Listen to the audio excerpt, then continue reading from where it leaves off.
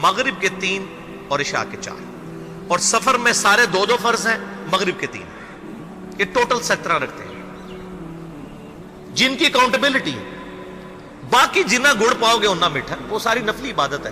وہ بخاری اور مسلم دونوں میں حدیث ہے, جس نے فرض کے علاوہ 12 رکعتوں میں استقامت کی, اور وہ 12 رکعتیں آپ صلی اللہ علیہ وآلہ وسلم نے پڑھ کے بھی بتائیں.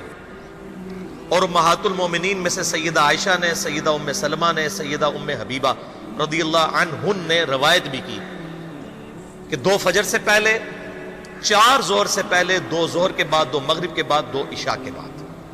یہ 12 سنت موقدہ, جس نے یہ پڑھی اسے جنت میں محل ملے گا. اگر کوئی نہیں پڑھتا تو گناہگاری والا معاملہ کوئی نہیں ہے. اسی طریقے سے اس کے علاوہ ایک اور وطر کی نماز ہے جو سنت موقدہ ہے. وہ سیدنا مولا علی رضی اللہ تعالیٰ عنہ علیہ السلام کا قول ہے کہ وطر سنت ہے, سنت ہے, سنت ہے, مگر اسے مت چھوڑو.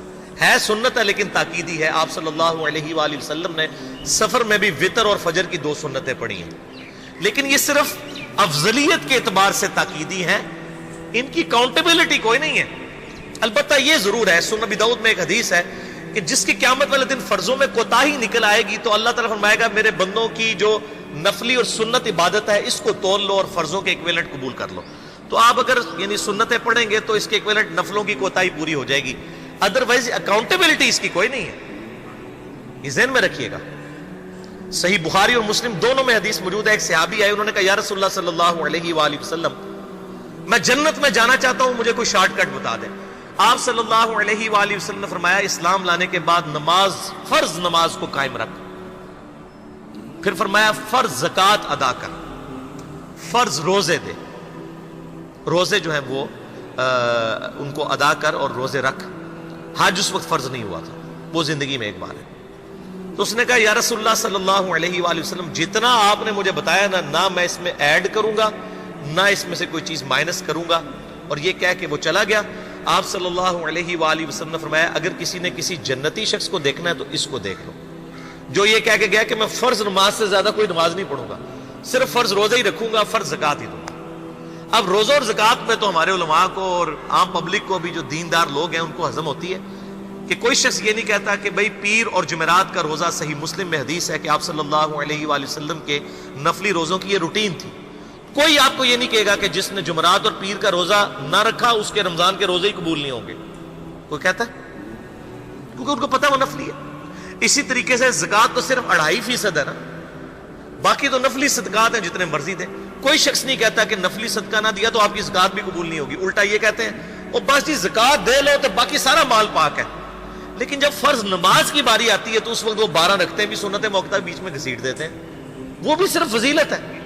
ٹوٹل 17 رکھتے ہیں, 2 فجر کی, 4 ظہر, 4 عصر, 3 مغرب, 4 عشاء. یہ میں کو اپنے لیے گراؤنڈ نہیں بنا رہا, میں تو الحمدللہ اس کے علاوہ بھی نفلی عبادت کرتا ہوں. لیکن میں بتا رہا ہوں خدا کے لیے لوگوں کو دین ایسا مشکل نہ پیش کریں کہ جو نبی علیہ السلام نے امت کو وہ دین نہیں دیا ہوا, اپنی مرضی سے انجیکٹ نہ کریں دین, لوگوں کے لیے مشکلات نہ کھڑی کریں, ان کو فرض نماز تک رکھیں.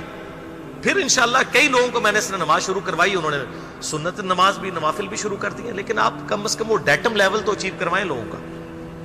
لیکن فرض نماز کی باری آتی ہے کہتے ہیں نہیں جی سنتے بھی حصہ ہیں. کہاں سے میرے بھائیوں حصہ ہے؟ وہ 17 رکھتے ہیں, سنتیں پڑھیں گے ثواب ہے, نہیں پڑھتے گناہ کوئی نہیں ہے. تو کم از کم فرض تو ادا کریں. اس کے لیے آپ کو ٹوٹل 24 گھنٹے میں میرا خیال ہے 40 منٹ بھی نہیں چاہیے فرض پڑھنے کے. تو اس کے اوپر تو استقامت کم از کم ہم اختیار کریں. اور چھوٹی چھوٹی جو نٹی گٹیز ہیں ان کو تو ہم نے اتنا فالو کیا ہوا ہے, اور فرض نماز کے بارے میں ہم اتنے کیجول ہو جاتے ہیں. تو یہ فرض نماز کی امپورٹنس اس حوالے سے ضروری تھی, اس لیے میں نے ساتھ ہی بیان کر دی. ساری لیٹسٹ ویڈیو لنک بھی لنک آئی بٹن میں اور ڈسکرپشن میں جا کے ابھی دیکھیے. تو جی دوستوں بالکل صحیح بات کی ہے بھائی, کیا بات ہے. سر کو بھائی نالج بہت ہے, نالج بھائی بہت ہے. سر کو پتا ہے بھائی کون سا پین نمبر ہے, کہاں جانا ہے, کون سی لائن تھی, کون سی بھائی, مطلب کیا بات ہے. سلوڑا 100 نمبر پیسہ وصول. تو یار نماز پڑھو سنے جدا کیا جنہ وقت پڑھو گے اتنا ہی ودیا, جنہ گڑ اتنا ودیا. کیا بات ہے یار. رب نو یاد رکھنا ہے, کوئی برے ٹائم چ رب تمہیں یاد رکھے گا, پہلے رب نہیں یاد رکھو گے. ایون کہ ہر ایک جو بھی دھرم فالو ہوتا ہے کہ اپنے رب نو یاد رکھو, مطلب پاٹ کرو, قرآن پڑھو, نماز کرو, دیٹس گڈ. ਕਰਨਾ ਚਾਹੀਦਾ, ਹਰ ਕੋਈ ਕਰ ਦਿੰਦਾ। ਆਗੇ ਦੇਖ ਕੇ ਸੋਚੋ ਨੰਬਰ ਪੈਸਾ ਵਸੂਲ ਤੇ ਆ ਤਾਂ ਹੀ ਸਕਦੇ ਹੋ, ਐਗਰੀ ਕਰਦੇ ਹੋ ਨਹੀਂ ਕਰਦੇ ਦੱਸੋ ਕਮੈਂਟ ਦੇ ਥਰੂ ਮੈਨੂੰ।